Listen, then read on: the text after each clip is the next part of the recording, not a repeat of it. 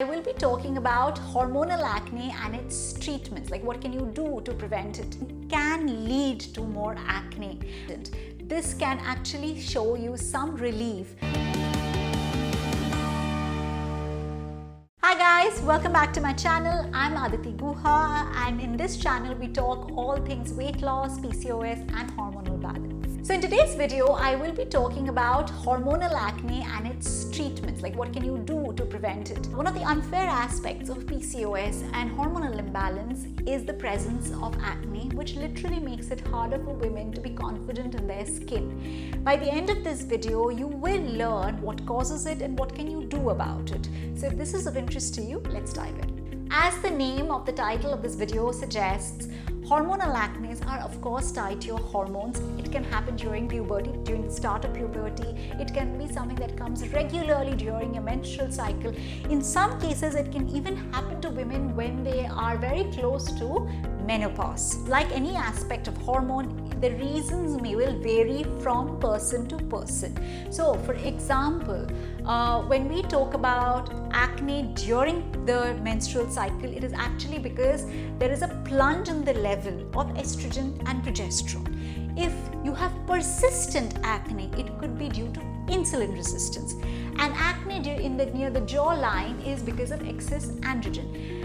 And there are flaky skin and acne around that, which could be due to gut inflammation. So you can read it all here, but as you can understand, there are different causes, and as it would be, every cause would need a unique solution. If along with acne you are also struggling with weight issues, then I highly recommend that you take my weights root cause quiz, because that will give us the dominant root cause not only for your weight but also for the hormonal imbalance. It's in the description below and in the comment section. Now here are a few things you can do to manage the acne. The first thing is including anti-inflammatory food like fish or flaxseed.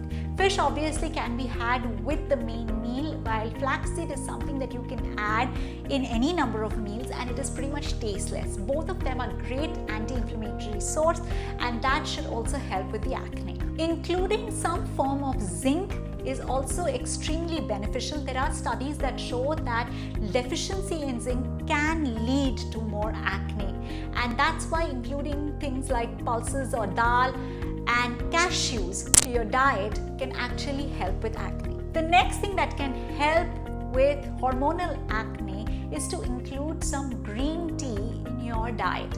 Green tea again is an excellent source of anti-inflammation, and it is also full of antioxidant. This can actually show you some relief when it comes to hormone-related acne. The next tip to prevent hormonal acne could be to get a non-dairy alternative to milk. So for example, switching to oat milk, almond milk, soy milk can show you some respite. It's not that everybody who has milk has an issue with it, but in some cases it has been seen that when you drink milk, it is possible to get more acne, because for some people milk is inflammatory. The next thing to do to avoid hormonal acne is to avoid processed sugar or food that is very, very rich in sugar, because a lot of the acne can be caused due to insulin resistance.